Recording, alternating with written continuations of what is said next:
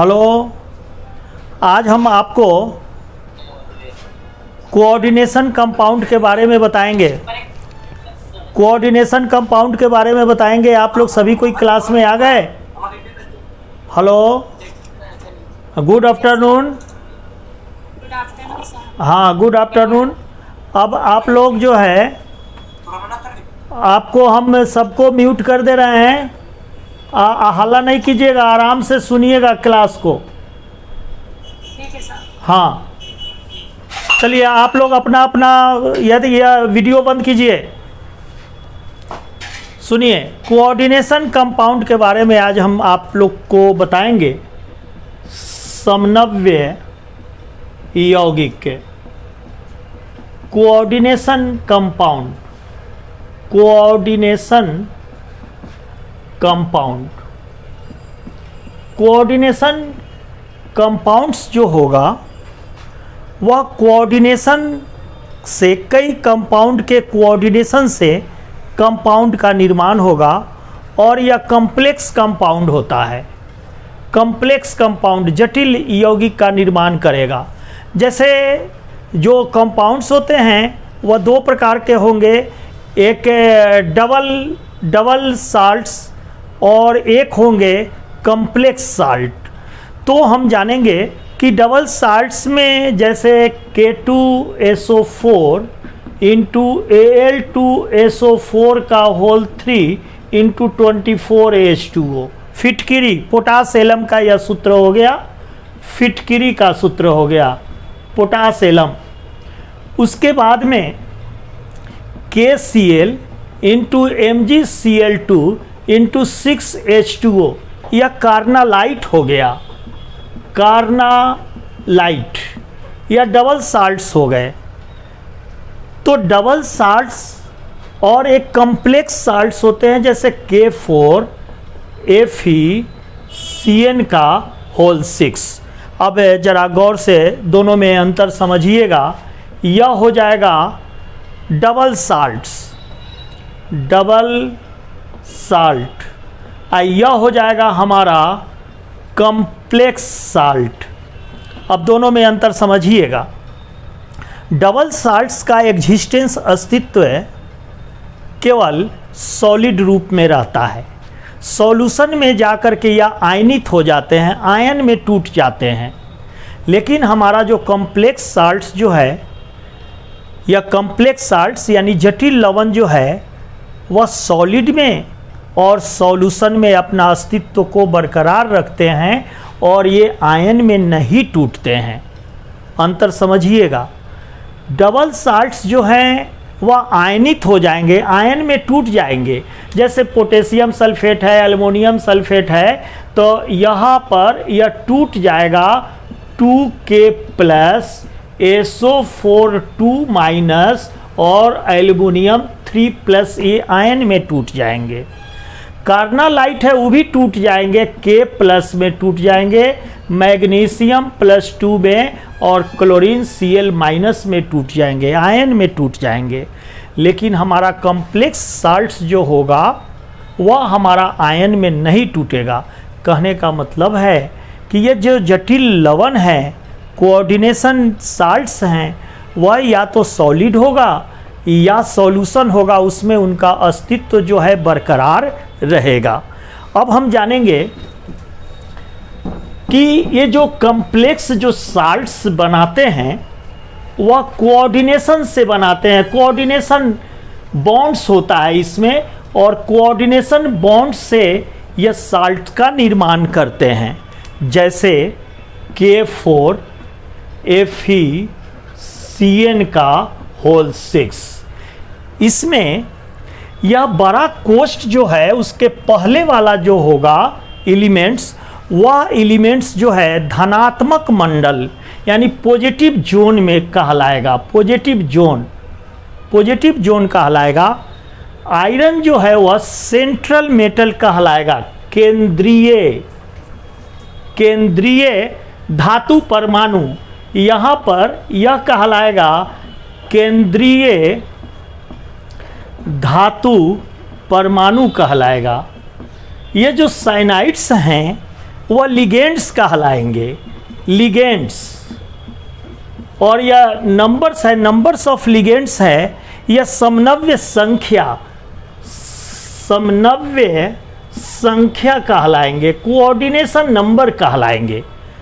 तो याद रखिएगा कि बड़ा कोष्ठ जो होगा, बड़ा कोष्ठ या टोटल जो बड़ा कोष्ठ होगा, यह हमारा समनव्य जोन कहलाएगा, समनव्य क्षेत्र कहलाएगा, यानी कोऑर्डिनेशन, कोऑर्डिनेशन एरिया या कोऑर्डिनेशन जोन कहलाएगा। बड़े कोष्ठ में जो हमारा मेटल्स होगा वह केंद्रीय धातु परमाणु कहलाएगा, सेंट्रल मेटल एलिमेंट्स कहलाएंगे। और इससे बंधे हुए जो होंगे अपोजिट चार्ज या न्यूट्रल जो अणु या परमाणु होंगे उसको हम लिगेंड्स कहेंगे। और लिगेंड्स की जो संख्या होगी उसे समनव्य संख्या या कोऑर्डिनेशन नंबर कहेंगे।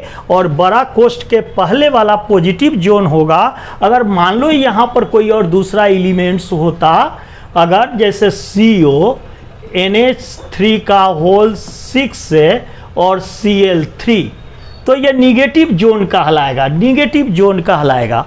तो लेफ्ट साइड में आपका जैसे मान लीजिए यहाँ CO NH3 का होल 6 और Cl3, तो बड़ा कोष्ठ के हमारा जो राइट साइड वाला होगा वह हमारा निगेटिव जोन कहलाएगा, लेफ्ट साइड वाला होगा वह हमारा पॉजिटिव जोन कहलाएगा। और बीच में जो होंगे वह केंद्रीय धातु परमाणु कहलाएंगे। और केंद्रीय धातु परमाणु से विपरीत आयन वाले या उदासीन अणु जो जुटे होंगे उसे लिगेंड्स कहेंगे। और लिगेंड्स की संख्या को हम कोऑर्डिनेशन नंबर बोलेंगे। अब इसमें हम लोग जानेंगे, इसके लिए वर्नर्स ने एक थ्योरी दिया जिसे हम वर्नर्स थ्योरी के नाम से जानते हैं।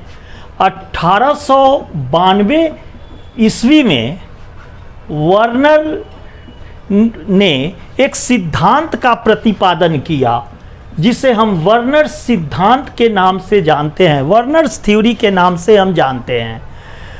वर्नर्स ने बताया कि कोऑर्डिनेशन जो कंपाउंड्स होते हैं उस कोऑर्डिनेशन कंपाउंड में दो प्रकार की संयोजकता होती है, दो प्रकार की वैलेंसी होती है।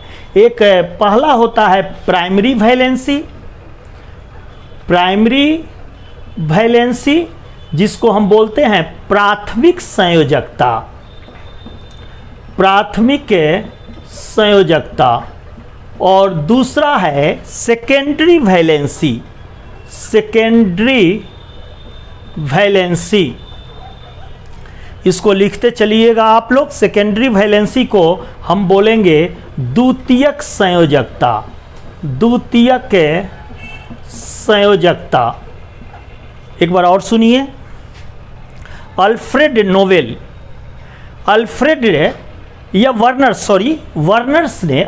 वर्नर्स ने 1892 ईस्वी में समनव्य यौगिकों के बारे में एक सिद्धांत दिए जिसे हम वर्नर सिद्धांत के नाम से जानते हैं। उन्होंने बताए कि वर्नर सिद्धांत में कि संयोजकता जो है वह दो प्रकार की होती है। एक है प्राइमरी वैलेंसी, प्राथमिक संयोजकता, और दूसरा है सेकेंडरी वैलेंसी, द्वितीयक संयोजकता। अब हम जानेंगे कि जो प्राथमिक वैलेंसी है वह ऑक्सीडेशन नंबर को बतलाएगा, ऑक्सीडेशन नंबर को बतलाएगा, और इसे हम डॉटेड लाइन से सूचित करेंगे।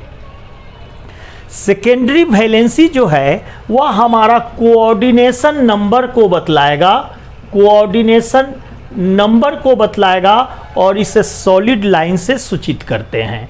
तो ध्यान रखिएगा कि वर्नर सिद्धांत जो है उन्होंने संयोजकता के बारे में बताया कि दो प्रकार की संयोजकता होती है। एक होती है प्राथमिक संयोजकता, प्राथमिक संयोजकता जो है वह ऑक्सीडेशन नंबर को बतलाएगा और इसे डॉटेड लाइन से सूचित करेंगे। द्वितीयक संयोजकता सेकेंडरी वैलेंसी जो है कोऑर्डिनेशन नंबर को बतलाएगा और इसे सॉलिड लाइन से सूचित करेंगे। आइए हम आपको एक उदाहरण के द्वारा बतलाते हैं वर्नर्स सिद्धांत को। गौर से सुनना है, बात आपको एकदम याद हो जाएगी। जैसे एक कॉम्प्लेक्स कंपाउंड है CO NH3 का होल 6Cl3, यह कॉम्प्लेक्स कंपाउंड हो गया। तो कॉम्प्लेक्स कंपाउंड में हमारा यहाँ पर यह बड़ा कोष्ठ हो गया, इसको बोलेंगे हमें सेंट्रल मेटल। NH3 लिगेंड्स के बारे में हम जानेंगे कि केंद्रीय धातु परमाणु से जुड़े हुए अणु या आयन को हम लिगेंड्स कहते हैं, और लिगेंड्स की जो संख्या होगी वह हमारा कोऑर्डिनेशन नंबर समन्वय संख्या होगी। तो हम देख सकते हैं कि कोऑर्डिनेशन कंपाउंड में पहले हम सेंट्रल मेटल का ऑक्सीडेशन नंबर निकालेंगे, तो इसको X + 6 × 0, यह कंपाउंड है न्यूट्रल, 0 होगा।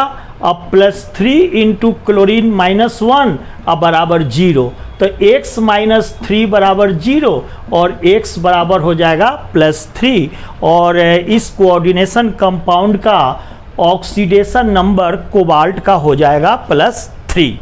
अब देखिएगा, अब यह कहता क्या है, वर्नर सिद्धांत जो है बहुत सारे बातों के बारे में इंफॉर्मेशन देता है।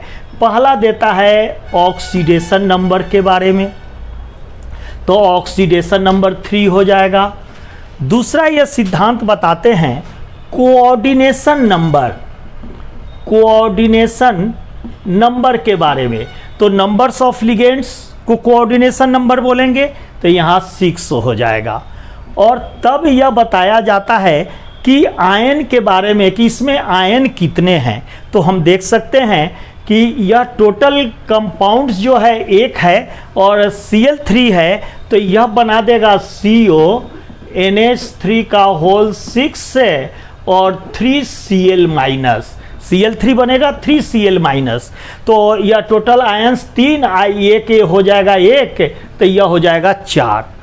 और वर्नर साहब ने बताया कि इसमें इलेक्ट्रोलाइटिक बिहेवियर, ये इलेक्ट्रोलाइटिक बिहेवियर कैसे होगा, तो हम देख सकते हैं यह टोटल कॉम्प्लेक्स कंपाउंड का 1 और यहाँ पर 3 आयंस है, तो 3, तो इलेक्ट्रोलाइटिक बिहेवियर हो जाएगा 1:3। एक बार और समझिएगा, बर्नर्स ने क्या लिख रहे हैं इंग्लिश में, हाँ इंग्लिश में भी बोल रहे हैं इलेक्ट्रोलाइटिक बिहेवियर, इसका हिंदी वैद्युत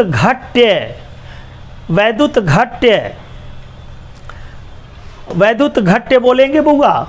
हाँ ठीक है, बढ़े आगे। हाँ ठीक है, एक बार और समझा देते हैं, ठीक है और समझा देते हैं। सुनो, वर्नर साहब ने बताया कि ये जो कॉम्प्लेक्स कंपाउंड है उसका ऑक्सीडेशन नंबर, कोऑर्डिनेशन नंबर, आयनों की संख्या और इलेक्ट्रोलाइटिक बिहेवियर कितना होगा, विद्युत घट्य कितना होगा, उसके 4 इंफॉर्मेशन के बारे में उन्होंने बताया। अब हम इसमें ध्यान देंगे कि ऑक्सीडेशन नंबर इस कॉम्प्लेक्स कंपाउंड का 3 हो गया, लिगेंड 6 है तो कोऑर्डिनेशन नंबर 6 हो जाएगा। आयंस देखिए यह 3 और प्लस यह टोटल कॉम्प्लेक्स कंपाउंड जो बड़ा कोष्ठ में घिरा हुआ है ना उसको 1 आयन बोलेंगे, और 3 तो यह 4 आयन हो गया, और इलेक्ट्रोलाइटिक बिहेवियर 1:3 हो जाएगा। अब इसके बारे में इन्होंने एक स्ट्रक्चर बना करके बताए, जो स्ट्रक्चर गौर से देखिएगा। जैसे मान लीजिए कि यह कोबाल्ट हो गया, और बराबर ध्यान दीजिएगा कि केंद्रीय धातु परमाणु जो हैं आपको 6 लिगेंड से जुटे होंगे, 1 2 3 4 5 6। देखिए 6 या अमोनिया हो गया, न्यूट्रल लिगेंड्स NH3 या न्यूट्रल लिगेंड्स हो गए, और यह जो न्यूट्रल लिगेंड्स सॉलिड लाइन से जो बताया जा रहा है वह हमारा सेकेंडरी वैलेंसी को बताएगा, और इसमें 3 क्लोरीन है, तो यह प्राइमरी वैलेंसी को यह डॉटेड लाइन से बना देंगे, प्राइमरी वैलेंसी को यहाँ से डॉटेड लाइन से इसको बना देंगे। यह हो गया हमारा कॉम्प्लेक्स कंपाउंड। एक दूसरा उदाहरण हम आपको दे करके समझाते हैं इस बात को, और अगर आपको समझ में आ गया होगा तो आप आंसर जरूर जल्दी से जल्दी आंसर दे दीजिएगा। एक दूसरा कॉम्प्लेक्स कंपाउंड है, वर्नर्स थ्योरी सिद्धांत के आधार पर बताना है CO NH3 का होल 5Cl और Cl2। यह कॉम्प्लेक्स कंपाउंड हो गया। तो पहले क्या करेंगे, कोबाल्ट का ऑक्सीडेशन नंबर निकालेंगे, x + 5 × 0 -1 -2 बराबर 0, x - 3 बराबर 0 और x बराबर हो जाएगा +3। तो इस प्रकार से पहला हमारा ऑक्सीडेशन नंबर हमारा आ जाएगा 3। अब जरा बउआ आप बताइए कि इसका कोऑर्डिनेशन नंबर क्या होगा। कोऑर्डिनेशन नंबर, समनव्य संख्या, जल्दी से बोलिए। नंबर्स ऑफ लिगेंड्स, 6 है। देखो बउआ, बड़े कोष्ठ में जितने भी लिगेंड्स होंगे टोटल को जोड़ देंगे 5 × 1, तो 5 + 1 6, तो यहाँ पर लिगेंड 6 हो गए और कोऑर्डिनेशन नंबर भी 6 हो जाएगा। अब ध्यान देंगे इसमें टोटल आयंस कितने होंगे, टोटल आयंस, तो यह आपको कंपाउंड्स बनेगा CO NH3 का होल 5Cl बड़ा कोष्ठ 2Cl-, तो आयनों की संख्या 2 और 1 3, तो आयन की संख्या 3 हो जाएगा। और इसका इलेक्ट्रोलाइटिक के बिहेवियर बोलो, इलेक्ट्रोलाइटिक बिहेवियर कितने अनुपात में होंगे, इलेक्ट्रोलाइटिक बिहेवियर बताइए। 1:2, 1:2 इलेक्ट्रोलाइटिक बिहेवियर होगा, क्योंकि 2Cl- है, तो इलेक्ट्रोलाइटिक बिहेवियर, विद्युत घट्ट का बिहेवियर जो होगा 1:2 होगा। थैंक यू ज्योति। हाँ अभिजीत, मेनी थैंक्स, एकदम सही है, आप लोगों को एकदम वेल डन, समझ में आ गया। चलिए अब अगला क्वेश्चन की ओर चलते हैं। इसको गौर से समझिएगा, इससे बहुत सारा क्वेश्चन जो है एग्जाम में पूछा जाता है। अगला हम उदाहरण देते हैं CO NH3 का होल 4Cl2 और Cl। चलिए इसका पहला का बताइए ऑक्सीडेशन नंबर। ऑक्सीडेशन नंबर बोलिए। 3 हो जाएगा, यह 0 है, -2 -1 3 हो जाएगा। चलिए अब इसका कोऑर्डिनेशन नंबर बताइए। कोऑर्डिनेशन नंबर, समनव्य संख्या। हाँ थैंक यू, एकदम ठीक, 4 और 2 6 हो जाएगा। अब इसमें आयन बोलिए, आयन, या +1 और -1 2 हो जाएगा। और इसका इलेक्ट्रोलाइटिक के बिहेवियर बोलिए, electrolytic behaviour, yes 1:1। Thank you, अब आप लोग एकदम 100% समझ गए। एकदम कोऑर्डिनेशन कंपाउंड बहुत ही हल्का है और बहुत सारे क्वेश्चन आते हैं। और चलो एक लास्ट और बता दो तो हम समझ लेंगे कि आपको आ गया, टोटल आ गया समझ में। चलिए अगला है CO NH3 का होल 3Cl3। CO NH3 का होल 3Cl3।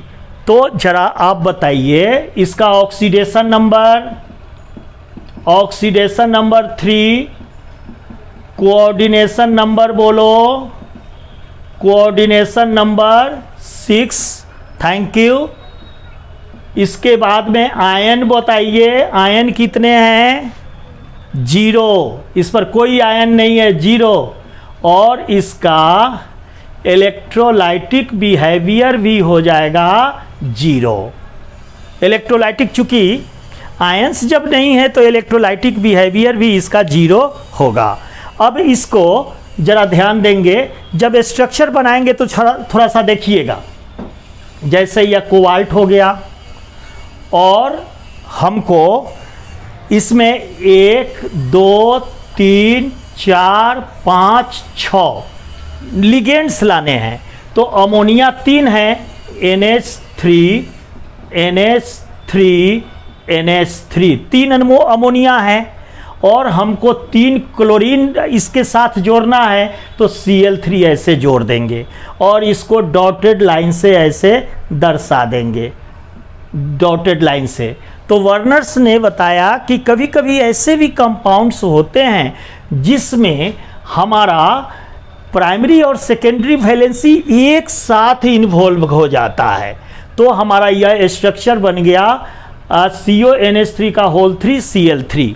अब एक बुआ आपको तो ये सिखा दिए हैं, अब जरा स्ट्रक्चर आप हमको बनाकर बताइएगा, या प्राइमरी और सेकेंडरी वैलेंसी का स्ट्रक्चर बताइएगा। जैसे NH4 NHCO NH3 का होल 4 Cl2Cl, इसका वर्नर्स थ्योरी के अंतर्गत इसकी संरचना बना के बतानी है। जैसे CO 6 पहले कर दो यह लिगेंड्स के लिए, तो 4 अमोनिया है, NH3 NH3 और NH3, 4 अमोनिया हो गया, 1 2 3 4, 6 है तो 2 क्लोरीन यहाँ पर कर देंगे डॉटेड लाइन से, यहाँ पर क्लोरीन कर देंगे। अब 1 क्लोरीन बचा तो इसको डॉटेड लाइन से Cl कर देंगे। तो आप देख सकते हैं अमोनिया 1 2 3 4 हो गया, क्लोरीन 2 हो गया, जिसे सॉलिड लाइन और डॉटेड लाइन दोनों से दर्शाएंगे, और बाहर के जो आयंस हैं उसको हम केवल डॉटेड लाइन से दर्शा देंगे। तो इस प्रकार से वर्नर्स थ्योरी के अंतर्गत जो है हम जो है किसी भी कंपाउंड का आसानी से हम, यस थैंक यू, हाँ आपका सही है, सुभाष क्या लिख रहे हैं, सुश्री, हाँ एकदम सही स्ट्रक्चर बना रहे हैं, थैंक यू।